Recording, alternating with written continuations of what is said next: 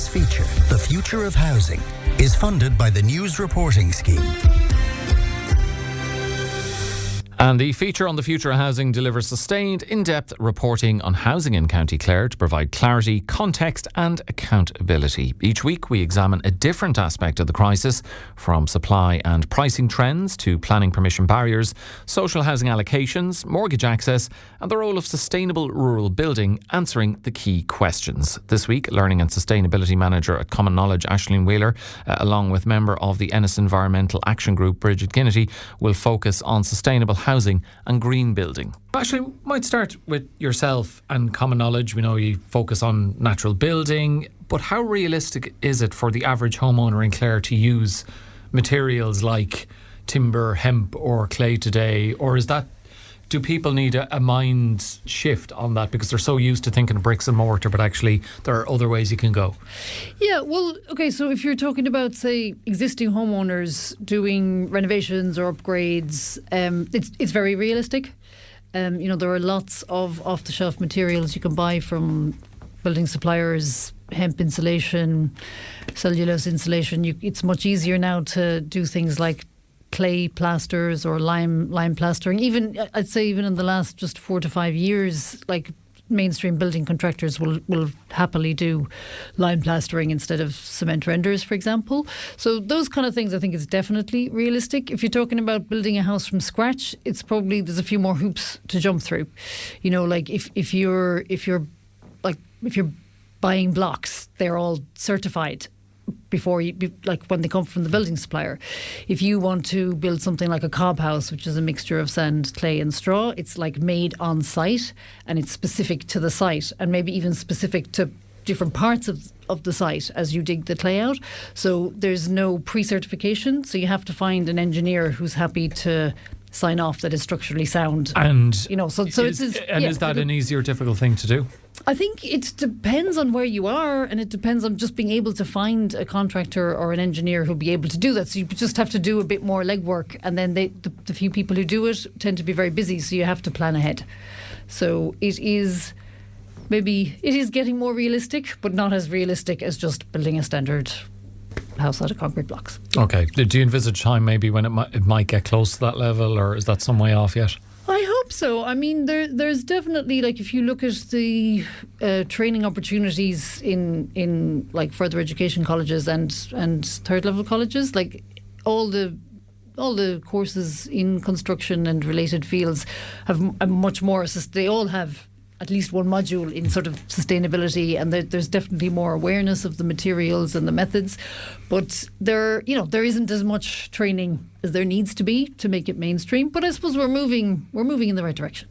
Okay, and Bridget, to come to you, and I guess it's a good question to start with in the sense that, we're at a time where people are finding that more and more money is being sucked out of their pockets, be it for, obviously the most recent crisis was over fuel, but energy has been an issue. We know how, I suppose, high our energy and electricity costs are compared to our European counterparts. So what practical steps can households take in Clare right now to reduce their energy use and their carbon footprint as well?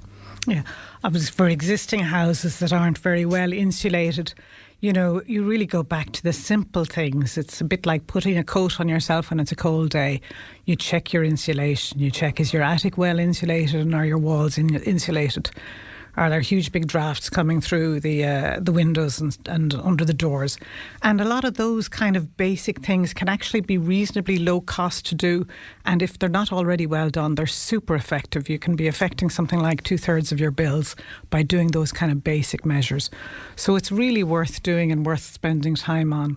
In terms of help with the houses, I'm thinking of grants, retrofitting schemes and so on. Are the current government grants and retrofitting schemes, are they accessible enough for rural and lower income households? Yeah, it's something we've done quite a bit in our Ennis SEC. What we've been looking at, we did some work with Clare Local Development Company there last year, trying to promote the Warmer Homes scheme. And there were an awful lot of people who didn't know they were entitled to it. And that's a scheme whereby if you're getting certain allowances, it could be the fuel allowance, the working family allowance, there's several different allowances, you're entitled to a fully funded upgrade. Somebody comes out, organises it for you and does it for you. Now, not in the shortest time frame, but it's done, and you can really save on bills and really get much better comfort. So that's something we'd love to have much more knowledge of that, and we also want the time that people have to wait for the upgrade much shorter. And then a difficulty, and in fact there have been a couple of reports in the last month that have highlighted that. You know, most people who take advantage of the grants tend to be the people with a bit of money. But like if you want to even do something like, say, an attic upgrade, now the grant has been increased. So it actually covers the cost of the upgrade to a large extent, €1,500 typically. But you have to pay the contractor immediately, and you could be waiting 2 or 3 months to get that money back. Now, first of all, finding $1,500 to pay is hard, and then waiting a couple of months that leaves really you hard. in a bind That for leaves you in a bills bind. and so on. Yeah. And there's an extra couple of hundred because you have to get what they call a post-works BER, you know, the test to see how energy efficient. And you get very little grant for that. So that's typically €250 extra that's not well covered by the grant. So really, we'd love to see more access to that, and a simple system for the SEAI to do of paying the contractors directly for that would remove all of those problems and would make it so accessible for so many people. We're doing that on a small scale in Ennis. We've got private funding to help us pay the extra amount of money and to get a cash flow. So we're going to houses and with poor insulation in their attic and arranging the contractor, arranging the payment so that they simply have it got done and they have the benefits of the lower bills and the warmer home without any of the hassles. So we're doing that together again with Clare Local Development Company. So if anybody listening is in Ennis and feels their attic insulation is poor, they can just give a call into Clare Local Development Company and we'll get back to them. Okay, that's music to a lot of people's ears listening, I would say. Yeah. Aisling, what are the biggest misconceptions that people may have about sustainable or low-impact homes in rural Ireland? Well, I think one of the biggest misconceptions is, you'll never get planning for that. So, and you know, again, like their planning permission and building regulations don't stipulate materials. They don't say you can or can't use this or that material. It's all performance based. So if your materials are structurally sound, if they conform to the insulation requirements and so on, there won't be any problem with planning permission. So that's one misconception. The second one, I think, is that it's going to be way more expensive. Now, some things are more expensive. Like if you look at the price per square metre of something like hemp insulation or sheep's wool insulation, it is more expensive than your standard kind of foam insulation that we're used to. But prices are coming down, and there are more. Like I think every year there are more options in terms of the different types of more natural insulation and so on. So I think those are the two biggest. And one thing that we like the biggest cost in housing is in construction is labour. So like what we're doing in Common Knowledge is trying to give people the skills to do at least some of their own building work or renovation work themselves. So bringing down the labour cost, and that's a good way to look at it as well. Like people tend to think, it's eco-friendly, it's going to be way more expensive. But when the main cost of construction is labour, then you need to look at reducing the labour cost if you want to bring your prices down. I was asking you to dispel or address, misconceptions and myths around that people may have around sustainable or low-impact homes. What about maybe there's a belief out there that traditional building techniques or methods, well, they never outperform modern construction in terms of when it comes to durability, energy efficiency and so on. So I'll offer you the floor again to dispel that notion, or maybe maybe you'll reinforce it. I don't know. Okay, well, one thing that so first of all, when you talk about like traditional building, I mean, we're all still living in and working in and visiting traditional buildings all the time, like all the buildings in Ennis, the pubs, the shops in the main streets. Some of them are 100 years old. They're still standing. Hundreds of years old. They're still standing. I mean, I think one reason that those old stone buildings have a bad reputation is that they are currently, so in especially the second half of the 20th century, a lot of them were covered up with cement renders. So the walls don't breathe the way they were designed to. They trap moisture, and that makes the house damp. And so people have this idea, and then sometimes to counteract that, they also were dry lined so that the moisture gets completely trapped in the wall, and then you have other problems with rising damp and all these kind of things. So I think that's one problem, is that, you know, sometimes the old buildings were renovated in ways that didn't really work for those old buildings. So there's a lot more awareness about that now, and more technology to, like, there are really easy tools you can use now. You just have a probe, you stick it in the wall to test how much moisture is in the wall, all of these kinds of things, and they're much more accessible and cheaper to use and easy to use than they used to be. So that's, I think, like that's I think one of the really big reasons why these old buildings have a bad reputation. And the other thing is, like, nowadays, when we talk about natural building, we're talking about using these kind of older, more traditional materials, but we can use modern methods of analysis and modern tools and modern construction methods to use those natural materials and make them into something better. So I don't think it's really, you can't really say one is better or worse than the other. And like, I mean, I think the fantastic thing about the times we live in is that we have like the access to so much information to figure those things out, you know, and to be like, you know, we can someone like a centre like ours can easily be in touch with centres across the world and asking them about, you know, how they do it there. And like, I'm kind of working on a project now where I'm looking at trying to make connections with people in different climates, especially as, like, our climate's going to change, their climate's going to change, or the things we know about constructing in this damp climate that may be useful to people who are going to have a more damp climate in the future, and, you know, vice versa. So yeah, I hope that answers your question. It did. A very thorough answer, I must say. Community-led initiatives, Bridget, like sustainable energy communities and so on, how important are they in tackling the housing and climate challenges together? Well, I suppose for sustainable energy communities, they get together for different reasons, and I think sometimes they can be very effective. You know, we've seen, for example, solar upgrades. That's a great benefit to how, you know, I think Colm Garvey in Clare has done quite a lot to try and get that moving along. And has been in with us many times, holding a lot of, I guess, like workshops and meetings throughout the county to inform people and help them to make the switch. Yes, and we have a very high rate, I think, of solar housing. And, you know, with electricity bills now, people with the panels on their roof are kind of smiling every time the sun comes out. And in fact, we don't need sun all the time, but you certainly feel good when it's there. God, we do. Have you been in Ireland for 2026? Well, we don't need it for our solar panels don't need it, although we do. We definitely do. And I think, you know, what we're doing as a solar in our sustainable energy community, we are focusing on the actions. I do get a sense sometimes looking at online sustainable energy communities that sometimes a bit of effort can be misdirected a bit. Maybe I'm being extra critical, but, you know, a lot of the focus comes from learn, plan, do is the kind of the approach. And, you know, I've seen energy master plans. That's the standard for a lot of SECs. And I think, you know, in voluntary bodies, you have a certain amount of time, energy, effort to put into something, enthusiasm. And sometimes I think that can be a little bit sapped by going to an awful lot of planning where you don't see the rewards very quickly. And we know what the solutions are in most places. We know what the problems are. And we don't really need a couple of 100-page report to go through everything. And so certainly then another thing where a lot of some communities have spent a lot of effort is on, you know, renewable energy things.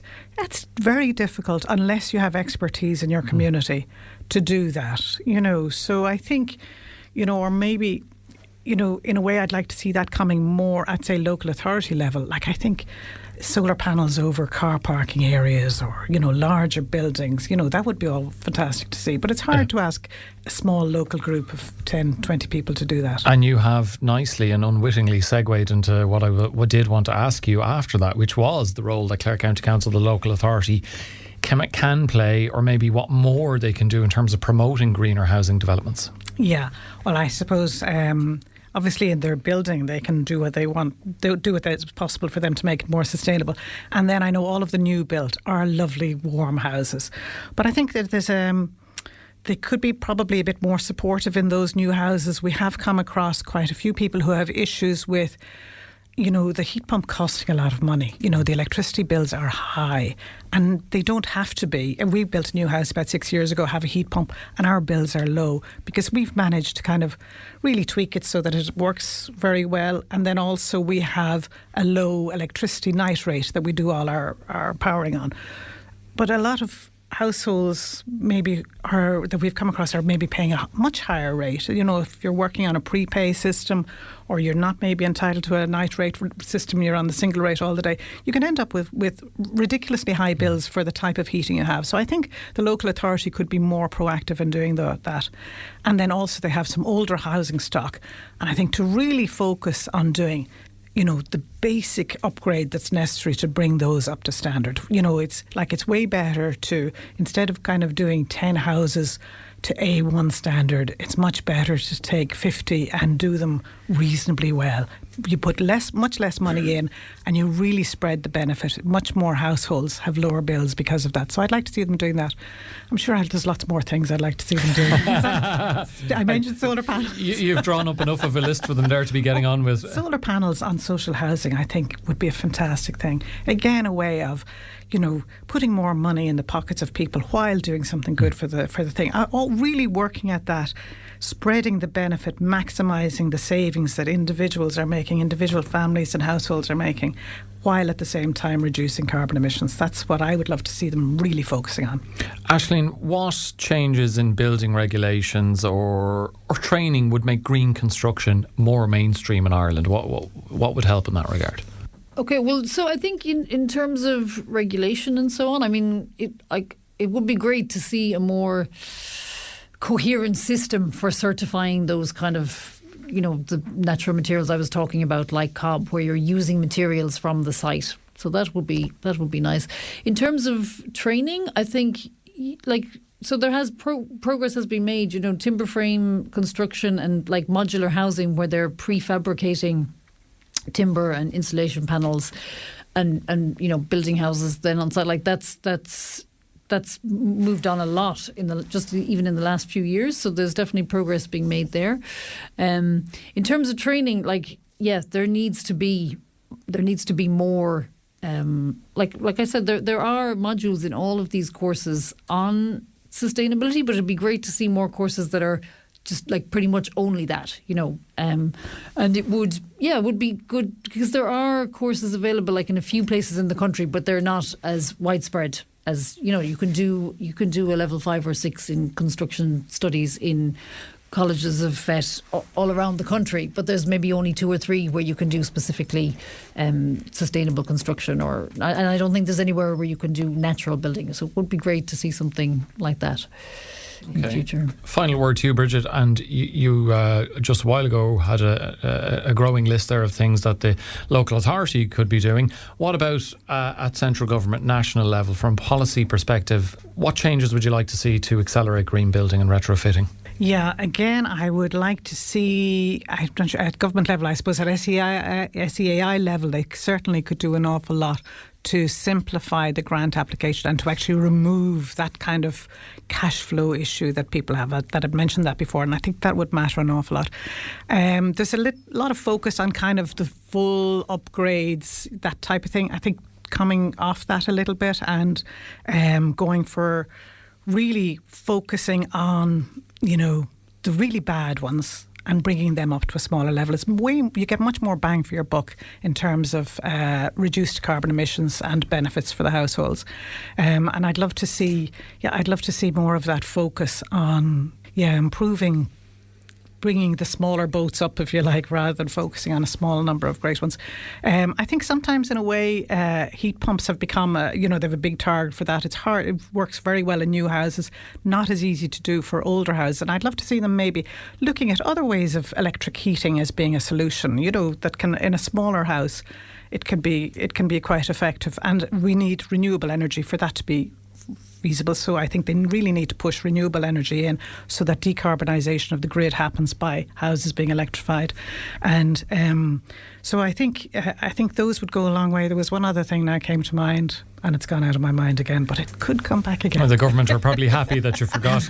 Right. My thanks to both my guests this morning, for the member of Ennis Sustainable Energy Community and Ennis Green Party representative Bridget Ginnity. Bridget, thank you. Thank you and very thanks much. as well to Aisling Wheeler, the Learning and Sustainability Manager at Common Knowledge in Ennis Diamond. You just want to mention something finally, I just wanted to mention an upcoming series of events that we have. So Clare Local Development Company have very kindly funded a programme of events for us in traditional skills. So the idea here is that community groups, your GAA club, your Tidy Towns group, Men's Sheds and so on, they come to the centre for a day, learn or improve their skills in an area and then kind of go back to their community. So we have courses in dry stone walling, lime plastering and pointing.